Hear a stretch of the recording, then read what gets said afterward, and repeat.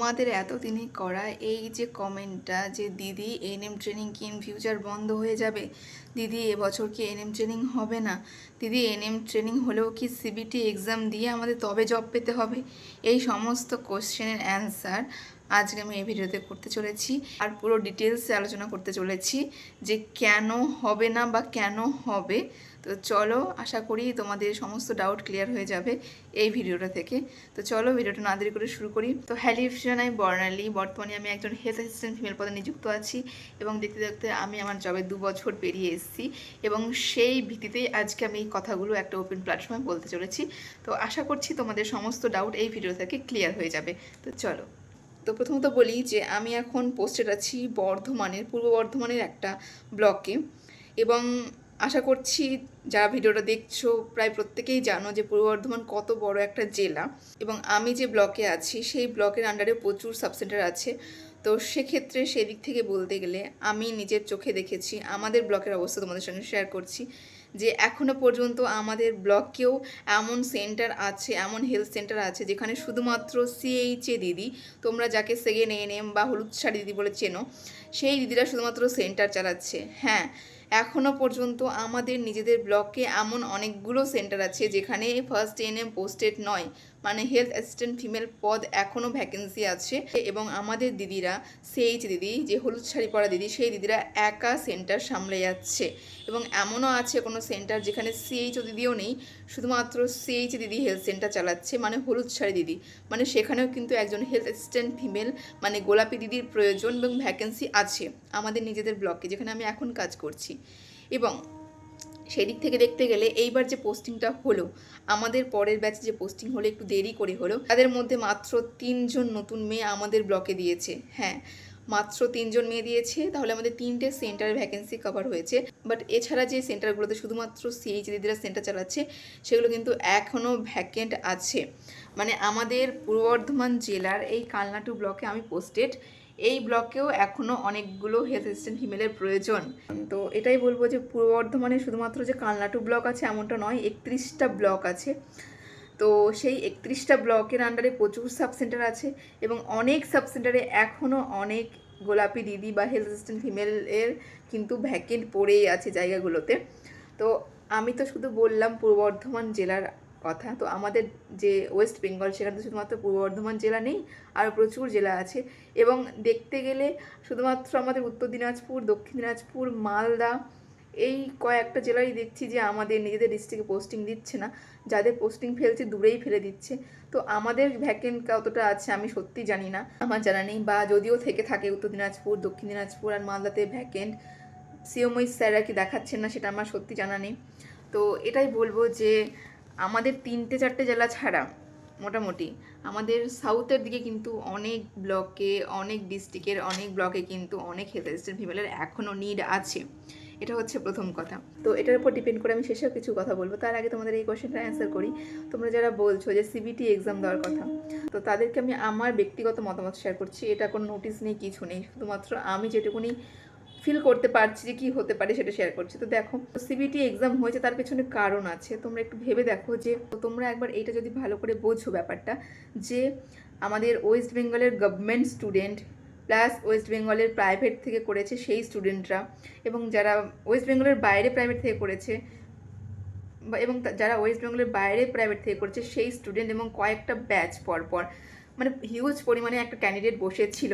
তো সেই থেকে দেখতে গেলে কিন্তু অনেকটা স্টুডেন্ট বসেছিল, অনেকটা ক্যান্ডিডেট এলিজিবল ছিল জব পাওয়ার জন্য। তো সেক্ষেত্রে একটা এক্সাম দিয়ে তাদেরকে পোস্টিং দিয়েছে।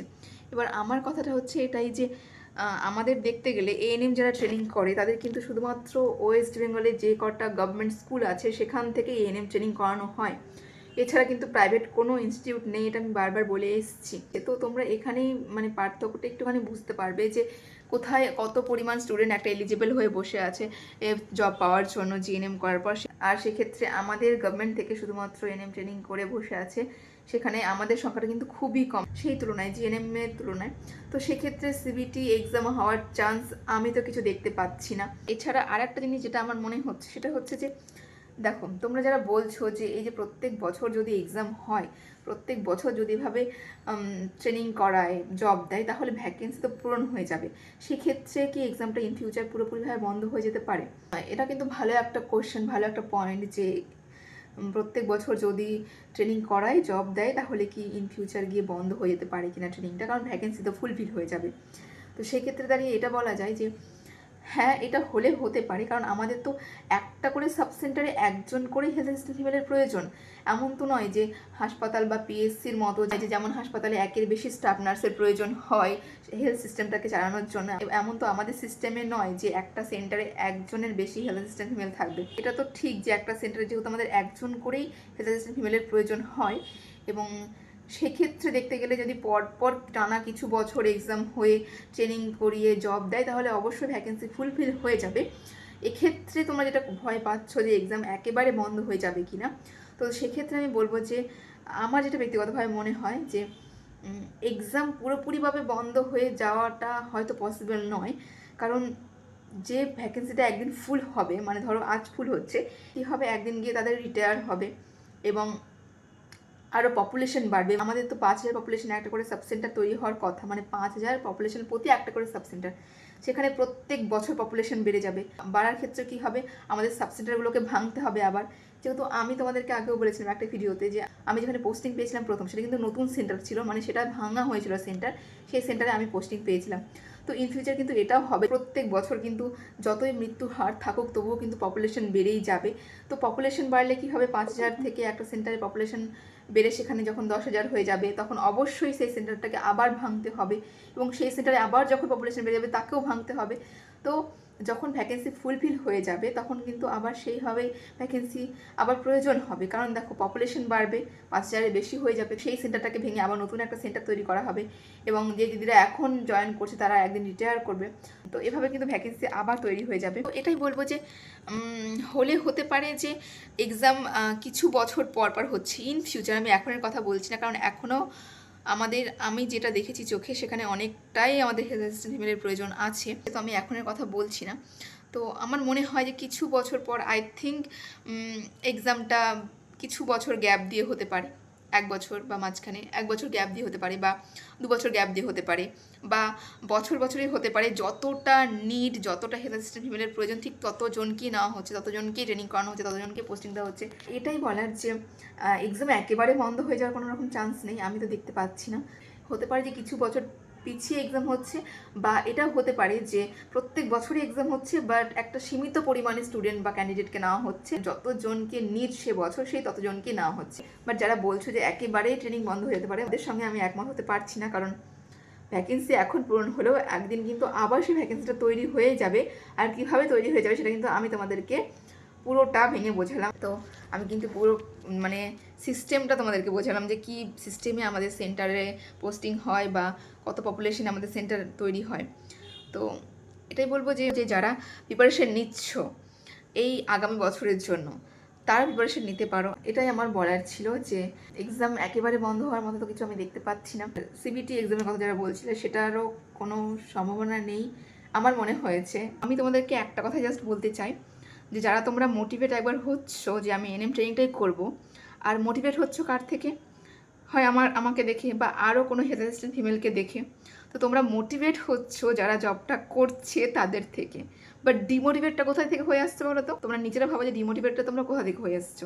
তোমরা আমাদের এই এএনএম এর ব্যাপারে, এএনএম ট্রেনিং বলো, জব বলো, সঠিক ইনফরমেশনগুলো তোমাদেরকে কারা প্রোভাইড করতে পারবে? যারা এই জবটা করছে বা ট্রেনিংটা করছে, হয় আমি প্রোভাইড করছি বা আমার মতো আর যারা ভিডিও করছে, যারা এই প্রফেশনে আছে তারাই নিশ্চয়ই সঠিক ইনফরমেশনটা দেবে। বাট তোমরা ডিমোটিভেটটা হয়ে আসতো কার থেকে, এটা একবার ভেবে দেখবে। তারা কিসের ওপর ডিপেন্ড করে কথাগুলো বলছে সেইটা একবার ভেবে নিয়ে তারপরে সেই কথা থেকে ডিমোটিভেট হবে। আমি তোমাদের কাছে এটা রিকোয়েস্ট করছি। আমার ডিএম ভরে গেছে ইনস্টাগ্রামে, এত বোন আমাকে টেক্সট করেছে, দিদি ডিমোটিভেট হয়ে যাচ্ছি, এ কথা বলছে, ও এ কথা বলছে, আমার পাড়ার লোক এটা বলছে, সে এটা কথা বলছে। আমি জাস্ট এটাই বললাম তোমাদেরকে, তোমরা মোটিভেট হচ্ছ আমাদেরকে দেখে, আর ডিমোটিভেট হচ্ছ কাদের দেখে, এটা আমাকে বলো কমেন্টে। টাটা।